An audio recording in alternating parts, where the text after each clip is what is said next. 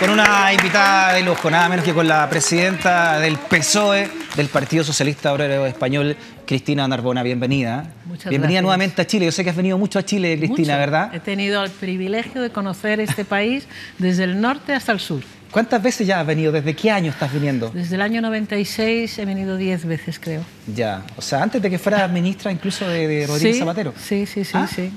Vine como secretaria de Estado de Medio Ambiente y Vivienda, Ya. He venido como ministra, he venido como embajadora de España ante la OCDE. Mira. Y ahora vengo invitada por la Fundación Salvador Allende en apoyo a la candidatura de Guiller.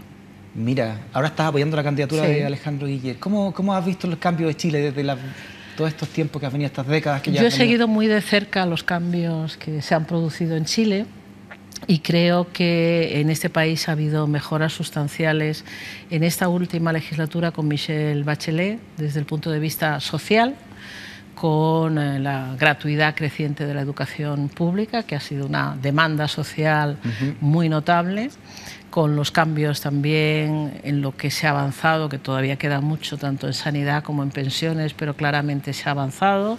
Se ha avanzado una reforma tributaria en un país que tiene una presión fiscal muy baja y que eso hace muy difícil construir un Estado social de derecho.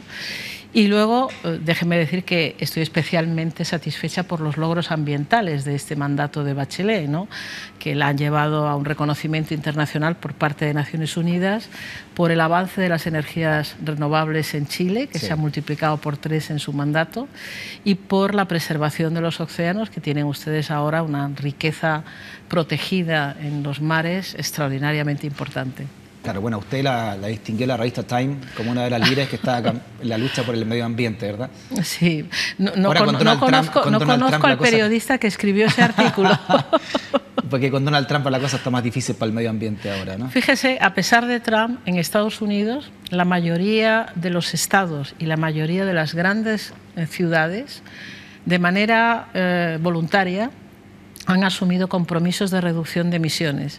Y una cosa muy curiosa que sucedió en la última cumbre de Bonn fue que la delegación oficial de Estados Unidos estaba en el salón donde se celebraba la cumbre y en otra sala estaba el conjunto de ciudades y de estados de Estados Nos que presentaban sus compromisos voluntarios. Ya. Oiga, nosotros acá, Cristina, quizá usted ya nos conoce como han ido tanto para acá, decimos que nos gusta ver el vaso medio vacío en vez del vaso medio lleno, nosotros los chilenos. Siempre como que nos estamos quejando, ¿no? Será por nuestra concepción así media isleña, como estamos tan aislados. Pero este es un país con un potencial impresionante, realmente. Entonces lo nos es. encontramos que estamos tan mal nosotros, que el país se cae a pedazos. ¿Cómo se ve Chile desde afuera? ¿Cómo lo ve usted desde allá? Chile, primero, dentro de América Latina, sin ninguna duda, ha sido un país que ha tenido una estabilidad democrática por largo tiempo y donde, a pesar de que siguen existiendo grandes desigualdades, muchas personas salieron de la pobreza y se ha empezado paulatinamente a construir un Estado social desde el punto de vista de los grandes servicios públicos, de la educación, de la sanidad, de las pensiones. Esos son los temas en los que yo creo que en estas elecciones se juega el futuro, porque las dos candidaturas que se confrontan tienen una visión distinta del papel del Estado y de cómo atender a los ciudadanos. ¿Qué opinión tiene usted de Sebastián Piñera? Bueno, yo le conocí siendo embajadora de España ante la OCDE. Él vino como presidente de Chile. Chile estaba recién adherido a la OCDE. Y debo decir que el discurso que hizo Piñera delante de los 33 embajadores de los países miembros a mí me resultó un poquito chocante porque se centró sobre todo en la tragedia que habían tenido ustedes acá con los mineros. Y yo sentí cierta vergüenza por la utilización que hizo Piñera de lo que había sido una desgracia, pero que no había sido una desgracia natural. El problema es que las condiciones de los mineros en Chile han sido condiciones muy duras desde el punto de vista de cualquier referente internacional, ¿no? Entonces, ese accidente podía haber pasado en cualquier momento y de hecho han muerto muchos más mineros al margen de aquellos 33, ¿no? Y el presidente Piñera utilizó buena parte de su discurso en la OCDE para demostrar cuánto se había esforzado para que estos mineros vivieran. A mí no me gustó esa forma de utilizar una desgracia que había sido realmente un drama, ¿no?, con un protagonismo que yo creo que desde el Estado lo que hay que hacer es crear las condiciones para que no sucedan ese tipo de accidentes, para que las minas en concreto tengan las condiciones laborales que merecen los mineros. Y la presidenta Bachelet, ¿qué le ha parecido en sus dos periodos, ¿no? ¿Cómo diferenciaría usted el primero de este segundo periodo? Yo creo que la presidenta Bachelet la conocí cuando era ministra de Defensa todavía. Mira. Y a mí me causó una gran impresión porque en un país con la historia que tiene Chile, una mujer con una historia personal como la suya, verla respetada por los militares y al frente del Ministerio de Defensa impresionaba mucho, ¿no?, como carácter y como empoderamiento de una mujer al frente de un ministerio de la guerra, ¿no? Y luego vi su primer mandato como un mandato en el que seguramente apenas comenzó un cambio que luego en este segundo mandato ella ha llevado un poco más adelante, ¿no?, desde el punto de vista de la construcción de derechos sociales, desde el punto de vista de cambios en la estructura tributaria. Yo creo que en este segundo mandato ella ha tenido otro tipo de problemas desde el punto de vista de la opinión pública, pero todo parece indicar que terminará con un grado de reconocimiento importante y sobre todo a la vista de los resultados de la primera vuelta, creo que hay que interpretarlos como que hay una mayoría de ciudadanos que cuando han ido a votar lo que han pedido es que se continúe con el legado de Bachelet, que se siga adelante, reducir desigualdades, construir derechos, construir estructuras públicas. Y Piñera sacó menos de lo que todas las encuestas le daban, ¿no? Cristina, usted lidera un partido que, corríjame si estoy equivocado, pero va a cumplir 140 años, ¿no?, desde 1879. Madurito. Un partido que ya ha pasado su historia, ¿no? Me imagino que ha vivido muchas crisis en 140 años su partido, el PSOE, ¿no? Y una de las últimas fue bien brava, ¿no? Está dentro también de la crisis completa de la política española, con temas de corrupción muy parecido a lo que le está ocurriendo también hoy a la clase política en general, pero también a la centroizquierda chilena, a la socialdemocracia chilena. Nosotros, con motivo de la candidatura de Pedro Sánchez, que hace 6 meses fue reelegido secretario general en unas internas, con una victoria muy clara, habíamos trabajado en un documento de análisis estratégico de las razones por las cuales la socialdemocracia en España había caído de forma dramática. Entre el 2008 y el 2011 perdimos más de 4 millones de votos. Fue la segunda legislatura de Zapatero y fue la legislatura de la gran crisis económica. Y ahí los ciudadanos claramente no vieron que un gobierno socialista respondiera adecuadamente a los efectos terribles desde el punto de vista social de la crisis, ¿no? Y luego, un poco más tarde, pero no en ese momento, un poco más tarde en España aparecen nuevos partidos con los que ahora competimos y en particular aparece un partido que puede considerarse bastante parecido al Frente Amplio, que es Podemos, ¿no? Entonces, en el análisis autocrítico que hacemos, reconocemos algunos fallos que tienen que ver sobre todo con que los partidos socialistas, desde luego en Europa, han utilizado recetas de política económica claramente de derechas. No se han preocupado suficientemente por la desigualdad, se han preocupado más por el crecimiento económico que por el incremento de las desigualdades. Y fíjese, España ahora mismo, que se ha recuperado globalmente de la crisis económica, porque ahora tenemos el Producto Interior Bruto que teníamos el año 2008, pero por el camino hemos perdido 2 millones de trabajadores. Bueno, ahí está el líder de Iglesia, el líder de Podemos y nuestros anteriores contertulios, ¿no? Sí. Le quisieron dejar una pregunta a usted. Sí. Que, en realidad, ¿cuántos puntos de convergencia usted ve entre Podemos y el Frente Amplio? ¿Y qué debiera hacer el Frente Amplio para no caer en los errores que ha caído Podemos? Porque también ha perdido influencia. Siempre produce un poco de pudor opinar sobre una realidad que no se conoce en detalle, ¿no? Pero lo que puedo decirles es, primero, que tanto Podemos como el Frente Amplio son una respuesta de la ciudadanía ante la insatisfacción por los partidos socialdemócratas, o en este caso por la concertación, en el caso de Chile, ¿no? Pero por las opciones clásicas. Y en eso son parecidos y en eso atraen el voto, un voto de capas urbanas, de jóvenes, de profesionales, personas que tienen capacidad de analizar y que achacan a los partidos convencionales no haber actuado de forma coherente, haber tenido casos de corrupción, haber permitido que la crisis tenga perdedores claros entre las clases trabajadoras. Bueno, ante todo eso, en España surge Podemos y yo entiendo que aquí surge el Frente Amplio. Es que le explico acá que, por ejemplo, el PPD, ¿no? Sí. Quizá el partido más ligado al concepto de socialdemocracia en su estatuto, terminó siendo financiado por el yerno Pinochet, ¿no? La empresa SQM, la minera SQM, le terminó pagando las cuentas de la luz y el agua. El Partido Socialista puso dinero en la bolsa y también en empresas del yerno de Pinochet. Entonces la ligación de las empresas en el financiamiento de las campañas políticas fue transversal. En el Partido Socialista llevamos ya un tiempo, sobre todo bajo el mandato de Pedro Sánchez, introduciendo cambios que nos autoexigen transparencia frente a cualquier riesgo de corrupción y rendición de cuentas. Somos ahora mismo el partido que más cumple con los estándares de la Organización Internacional Transparencia Internacional. Firmamos un convenio con ellos.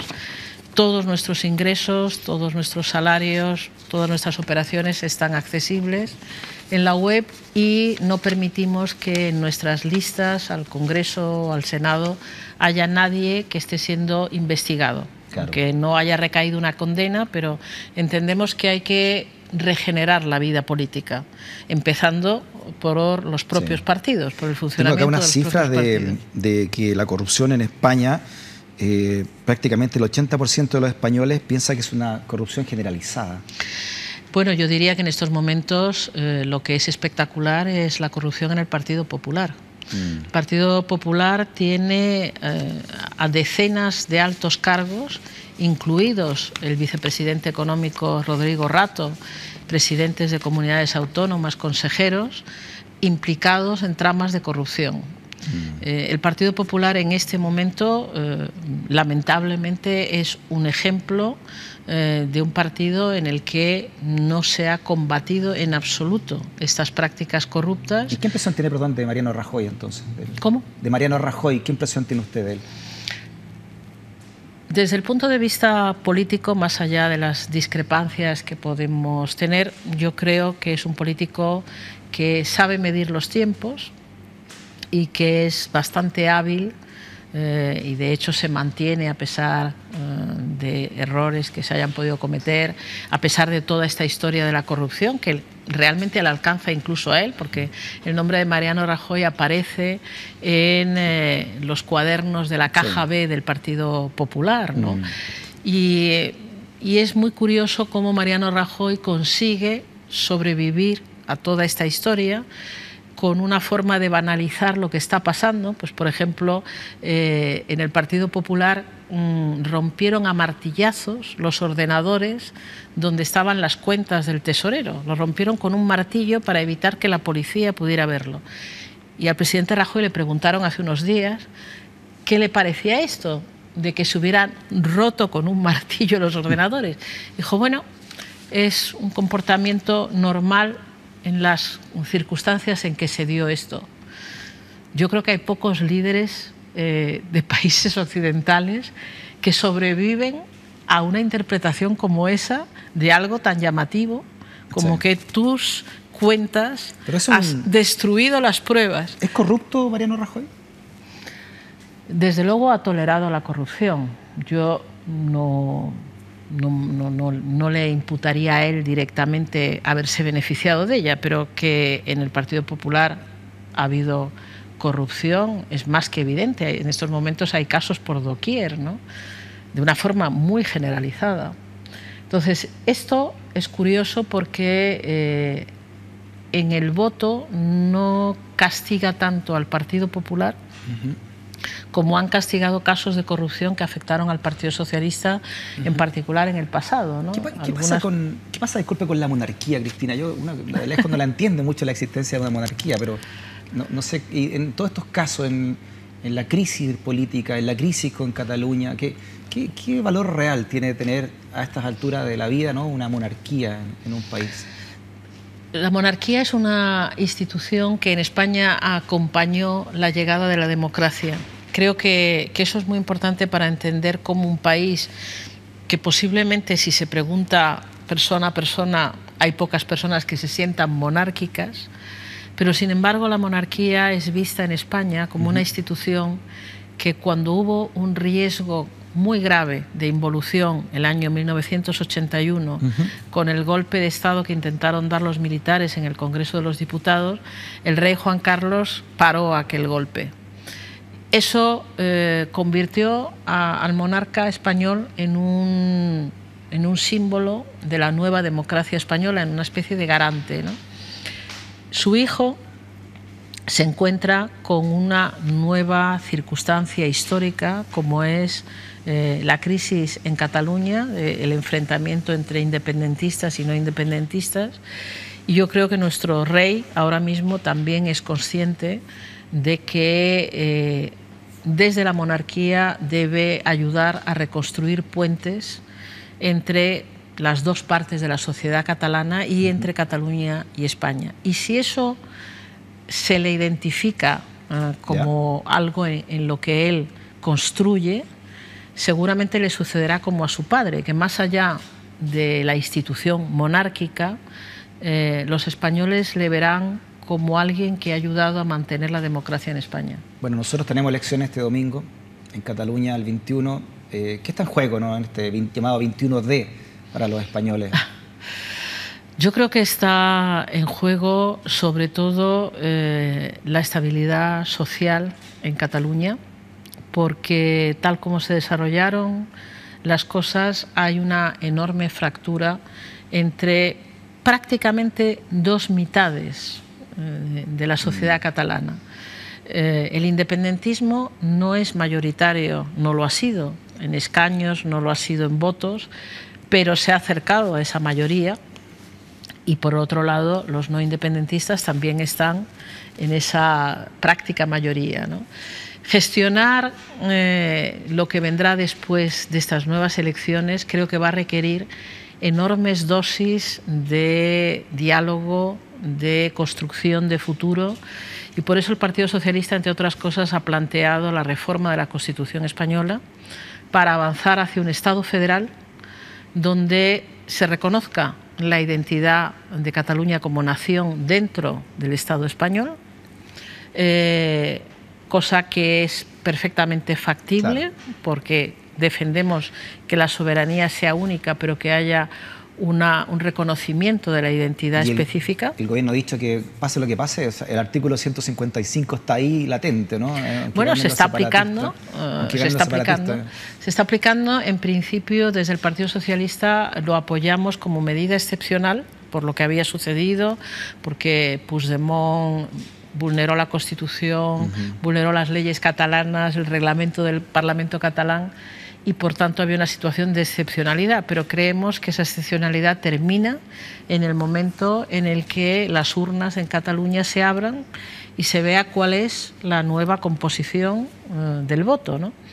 Que puede ser distinto a otras ocasiones porque esperamos mucha más participación ciudadana. Algo, por cierto, que aquí es fundamental, porque aquí votó demasiada poca gente, sí, y yo creo que hay que insistir en la importancia del voto. Quizá muchos ciudadanos piensan que su voto no tiene el impacto que tiene, ¿no? Y claro, eso es una profunda crisis de la democracia en sí, porque la democracia tiene como herramienta la participación de los ciudadanos. Usted es casada con catalán. Sí. Pero su marido está a favor de la unidad, ¿o no? Sí, él lleva tiempo además explicando las mentiras que han contado los independentistas para demostrar que fuera de España estarían mejor que dentro.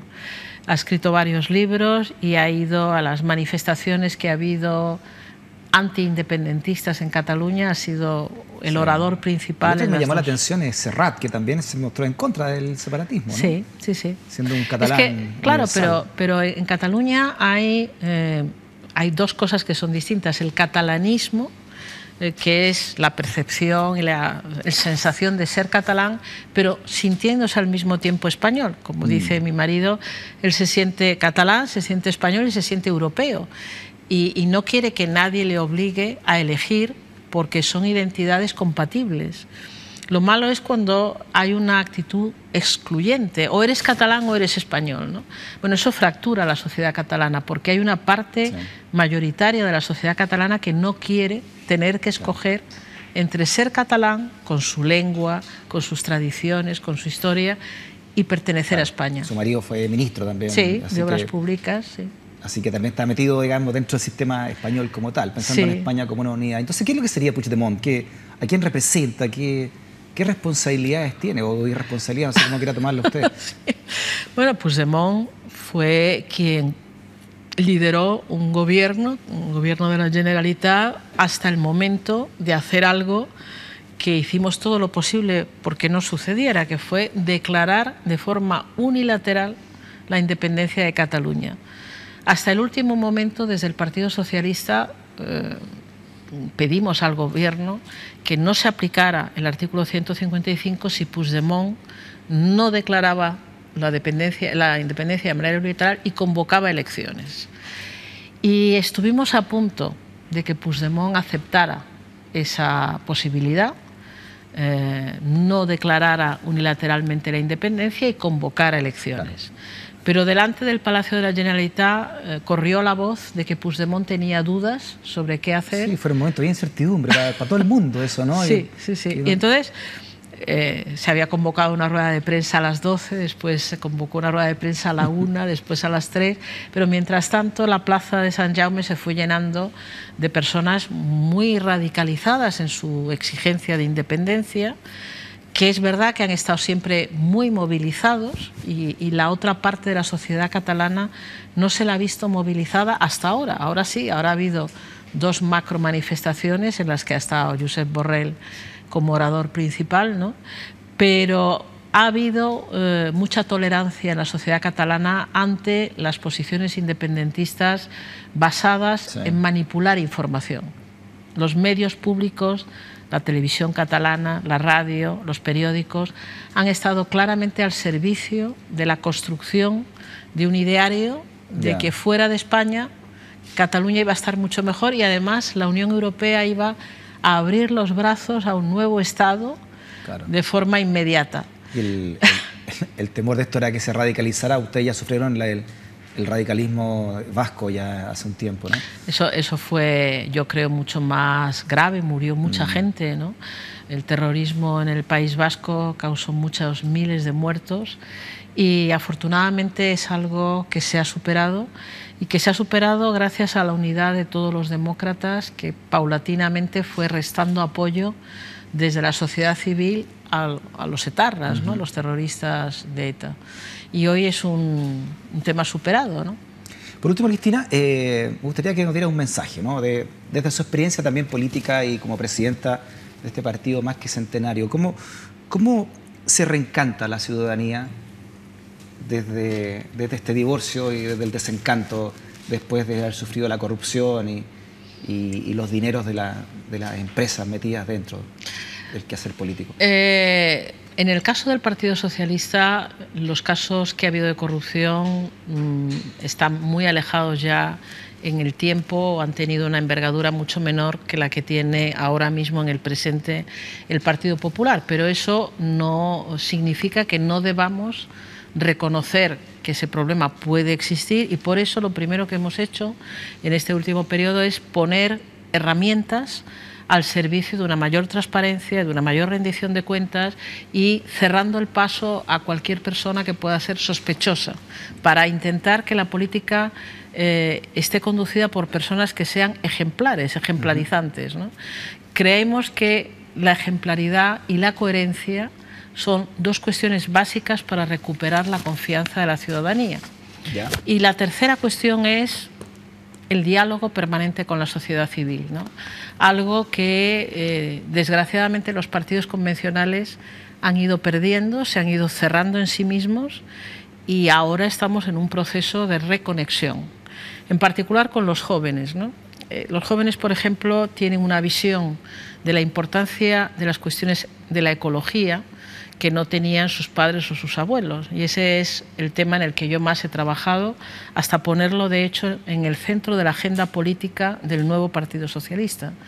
Entendemos que los desafíos ambientales son desafíos éticos, porque sus efectos son mucho más graves para los ciudadanos más vulnerables y porque la humanidad se enfrenta realmente a algo muy serio a lo que no se ha dado importancia.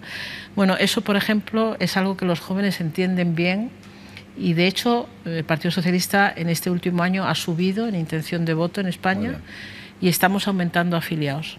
Le tenemos un regalo, Cristina. ¡Qué bien! Son las 13 cosas que las personas mentalmente fuertes no hacen. Recupera tu poder, acepta el cambio, enfrenta tus miedos, entrena tu cerebro para la felicidad y el éxito. Mira, se lo regalamos para su viaje de vuelta. Muy bien. Para que siga ahí la lucha con el PSOE. Sí, se lo regala Penguin Random House para usted. Lo agradezco muchísimo y muchas gracias. Grande, que se escuche muchísimas hasta gracias. Madrid. Gracias. A Madrid. Gracias por haber venido. Que esté muy bien. Muchas gracias.